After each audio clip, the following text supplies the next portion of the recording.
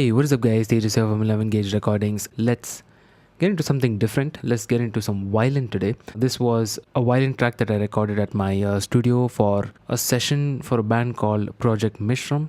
If you still haven't checked out these guys, please do. They have a single coming up called Tamasat. So please do check that out. I'll leave a link to their social media pages.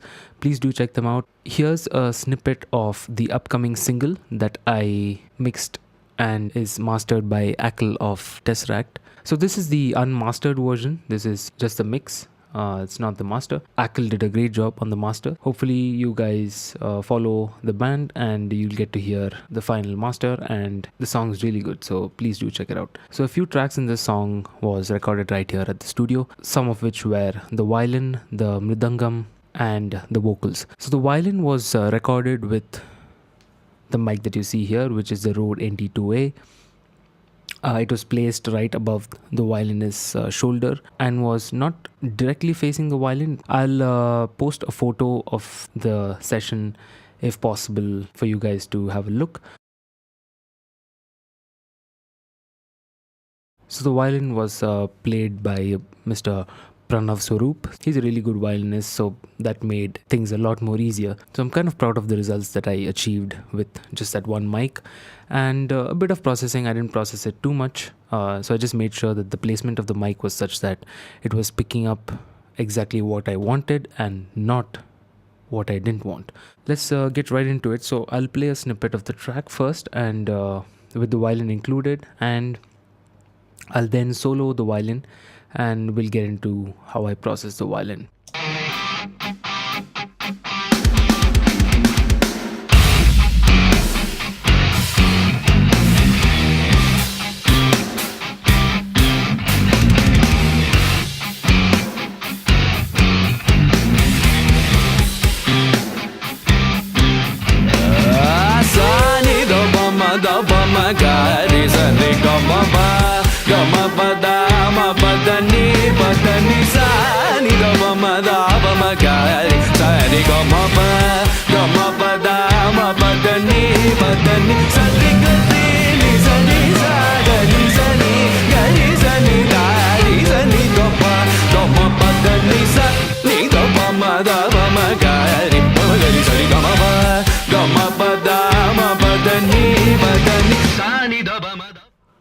So as you guys must have noticed by now, the violin was mixed in such a way that I wanted it to be a layer under the vocals, kind of complement the vocals a bit. Not exactly the highlight as such, but it's kind of something that complements the vocals really well and sits well with the vocals. So that's how I mixed it. It might be different for another guy mixing it.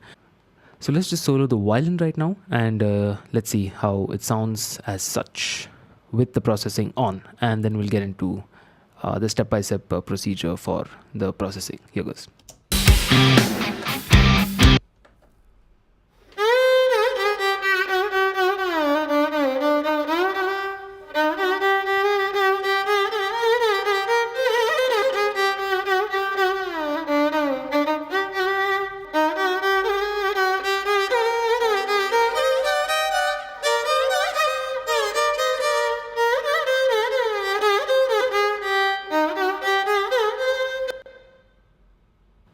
So as you can see, there's a double track for this part here, and I chose to pan the violin right at the center. Like I said, I wanted it to complement the vocals and be right under it. You could actually pan it to the left or right a bit so that it separates from the vocals a bit, but that's a choice to be made by whoever's mixing. So let's see what's going on processing wise. So on the individual main violin track is this EQ right here, mainly to remove certain high frequencies that I wasn't exactly a fan of. So remove two frequencies here. One is around 7.4K and another around 9.6K. So I'll just exaggerate those frequencies so you guys can hear what exactly I was trying to cut out. So here goes.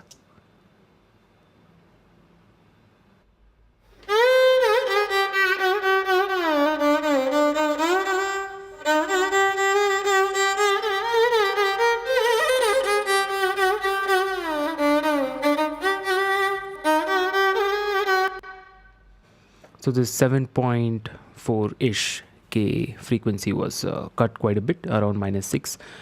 And the 9.6K frequency, I didn't do much to it, just a -2 dB cut. So that's the starting point. I didn't do much to the double tracked part over here, that I just left that alone. Now we go straight to the violin group, which is affecting both these tracks. So I started with the VMR.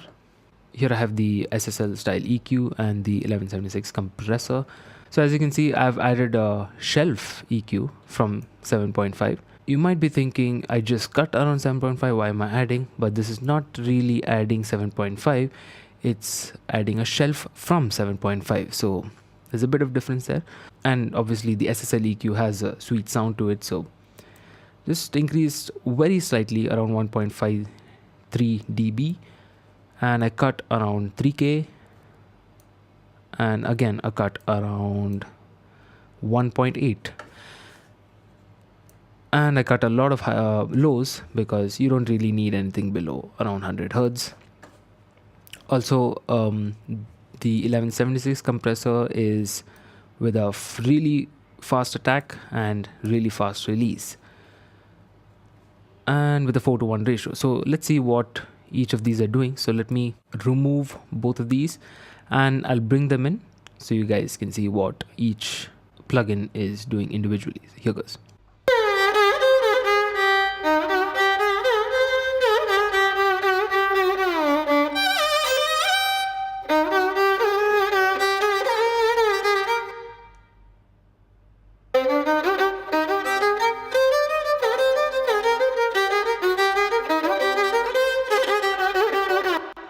So as you might have noticed, the compressor is doing quite a lot. It's kind of pinning the violin down to a constant level, and that's exactly what I wanted. It's doing around, I think, around 10 dB of compression. So pinning the vocals down.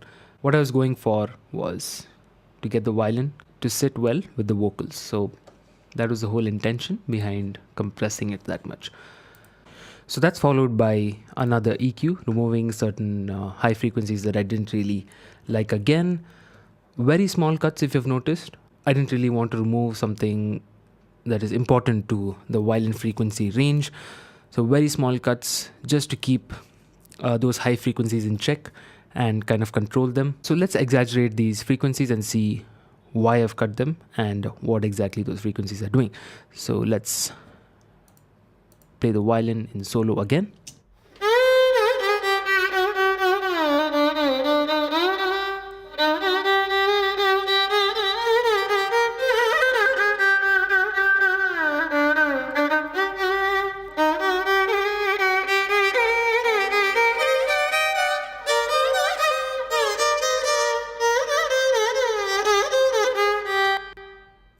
So how I find these frequencies is I just do kind of a bump on a band like this, narrow the Q a bit,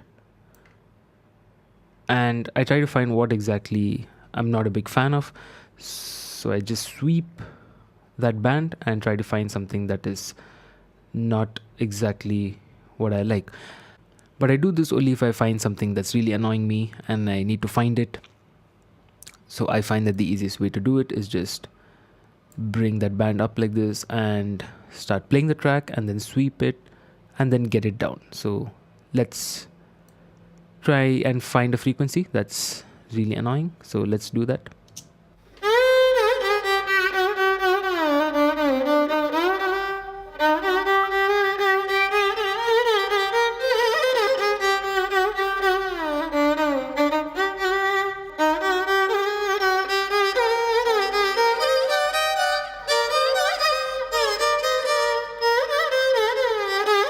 So you might want to cut that. So I just do a very small cut around maybe 1.5 dB or so. Enter, and that's about it. So that's how I cut frequencies that I don't really like on the track. Let's move forward. That's followed by one of my favorite reverbs, the Little Plate by Sound Toys. Around a 1 second decay and kind of a high low cut.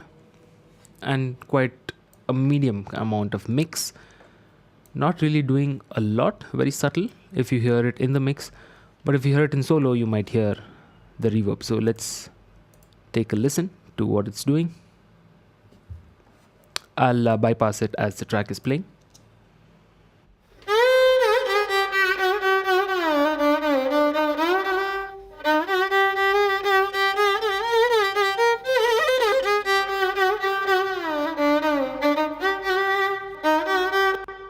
Kind of sweet, right?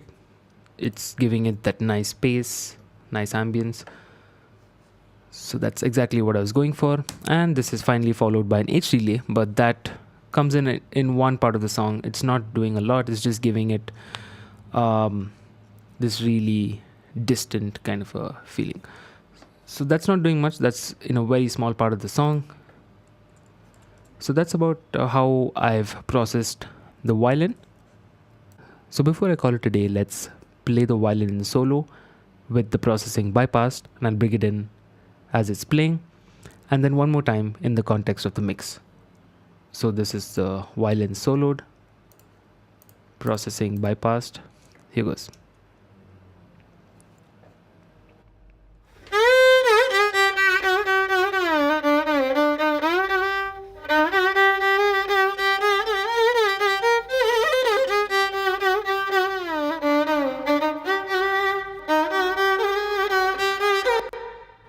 And this is the same thing in the context of the mix, processing bypassed. Here goes.